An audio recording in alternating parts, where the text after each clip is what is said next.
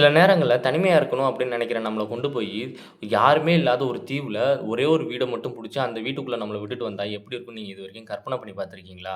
World's loneliest house அப்படின்னு அழைக்கப்படுற ஒரு வீடு வந்து ஐஸ்லேண்ட்ல இருக்கிற ஒரு தீவான எலிட்டோ அப்படின்ற தீவுல தான் லொக்கேட் ஆயிருக்குது. 1950ஸ்ல தான் இந்த வீட வந்து கட்டுறாங்க. இந்த வீட கட்டுறதுக்கான பர்ப்பஸ் என்ன அப்படின்னா, பஃபின்ற ஒரு வகையான பறவை வந்து இந்த தீவு சுத்தி வாழ்ந்துட்டு இருக்குது. இந்த பறவைகள வேட்டையாடுறதுக்காக வந்துட்டு போறவங்க ஹண்டிங் லாட்ஜா யூஸ் பண்ணணும் அப்படின்றதுக்காக இந்த வீட வந்து கட்டுறாங்க. மத்தபடி இந்த வீட்ல வந்து ரெகுலரா யாருமே தங்குறது கிடையாது. இந்த வீட்ல மின்சார வசதியோ, அதே சமயம் பைப்லைன் மூலமா வர்ற தண்ணி வசதியோ எதுவுமே கிடையாது. அப்புறம் எப்படி இந்த வீட்ல வந்து தண்ணி யூஸ் பண்றாங்க அப்படின்னா, ரெயின் வாட்டர் ஹார்வெஸ்டிங் மெத்தட் மூலமா சானான்ற ஒரு டைப்பான பாத்ரூம் வந்து இந்த வீட்ல லொக்கேட் ஆயிருக்கு அப்படின்ற மாரி சொல்றாங்க.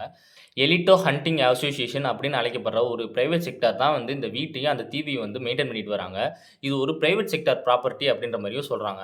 இன்டர்நெட்ல இந்த வீட பத்தி நெறைய ரூமர்ஸும் ஸ்ப்ரெட் ஆகுது. அது என்ன அப்படின்னா, பணக்காரங்கலாம் உலகம் அழியும்போது இந்த தீவுக்குள்ள வந்து இந்த வீட்ல சர்வே பண்ணி தப்பிச்சிரலாம் அப்படின்றதுக்காக இந்த வீட வந்து கட்டியிருக்காங்க அப்படின்னும், சில பேர் என்ன சொல்றாங்க அப்படின்னா, பீஜார்க்குன்ற ஒரு ஃபேமஸான சிங்கருக்கு வந்து கவர்ன்மெண்ட் டொனேட் பண்ண வீடு தான் இது அப்படின்ற மாரியும் ரூமர்ஸ்லாம் இன்டர்நெட்ல ஸ்ப்ரெட் ஆகுது. உங்களுக்கு இந்த மாரியான சான்ஸ் கிடைச்சு, தனியா ஒரு தீவுல, தனியா ஒரு வீட்ல வந்து தனியா வாழணும் அப்படின்ற மாரி சொன்னா, நீங்க வாழ்வீங்களான்னு கமெண்ட் செக்ஷன்ல சொல்லுங்க.